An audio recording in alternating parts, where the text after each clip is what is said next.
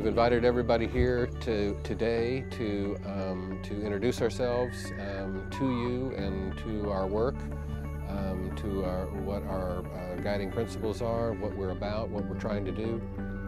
I ask that you hear us out when we're ready to make a presentation.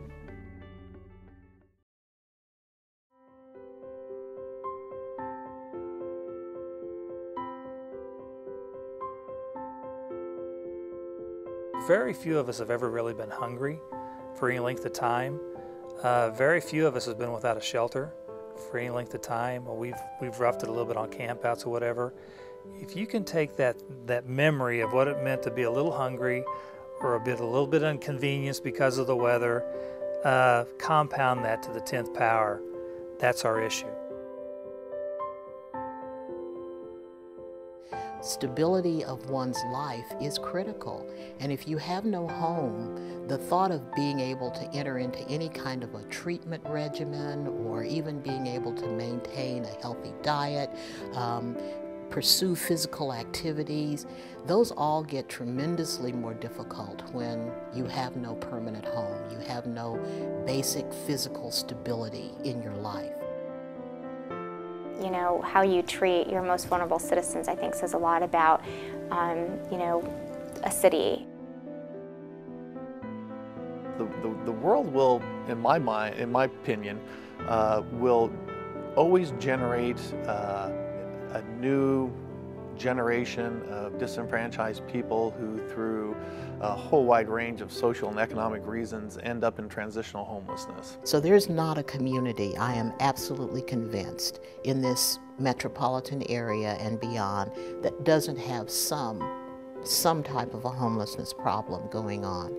But if we really looked at who is homeless, I think we'd feel a lot of remorse for the way our country is treating its most disadvantaged people. People in law enforcement will tell you that not only is the kind of the stereotypical drunken, mentally challenged panhandler not the norm in the homeless population, most of those people that you see on the street corners you drive to work aren't even homeless. They've come from their apartment and they're out doing what they do. Well, I think what happened, and it happened a few years ago when we first started the task force, it was all about, you know, people really didn't want to be bothered with the dirty people. And the dirty people being the homelessness, what we thought were homeless people downtown.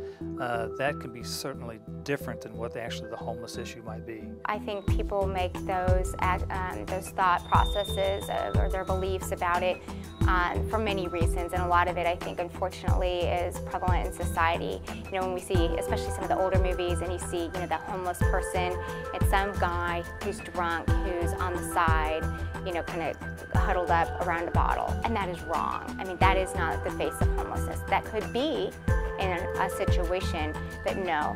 You know, particularly in today's time, the face of homelessness is a family.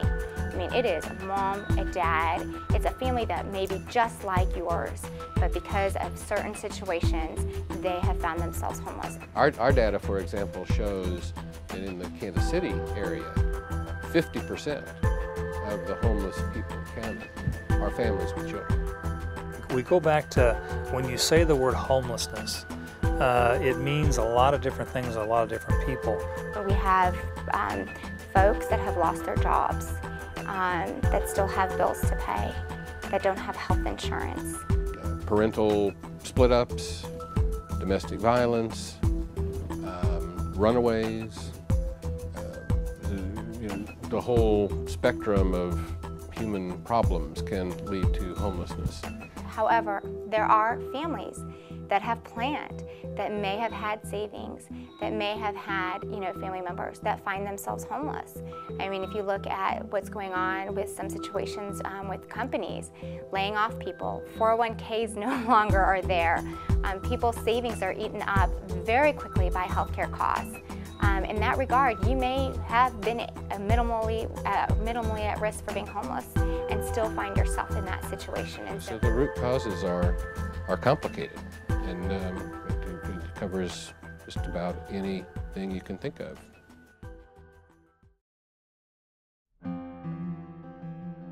I don't think that anyone had the idea that people weren't doing a good job, but I mean, it's homelessness. It's a huge problem, and we can always do better. It's been my observation since becoming involved in this process 3 years ago that people who work in these areas, on the mental health side, social services, employment training, housing development, housing resource, are all doing a good job. We have some, we have Restart, we have City Union Mission, we have Salvation Army, we have some really very high quality services for homeless populations. But it needs to be more targeted, it needs to be focused, it needs to be improved. We just have more and more people who are falling through the cracks, and it's hard to find the resources to fund the programs that are necessary. The numbers we've seen show the homeless population increasing about 100% per year in Kansas City. As more middle-class people become needy and reliant on social service agencies, they were former contributors. So these issues kind of like if you can throw a pebble in the pond and they ripple, those ripples keep going out and out. So those are the problems. We can basically equate the ripples as problems. They just compound themselves. So it's not getting better, it's getting worse. It's being managed, but we can do better, and we should. How we as a community respond to that reality, how we intercede, how we do interventions, how we get people back on a pathway to being healthy, says a lot about us as a community.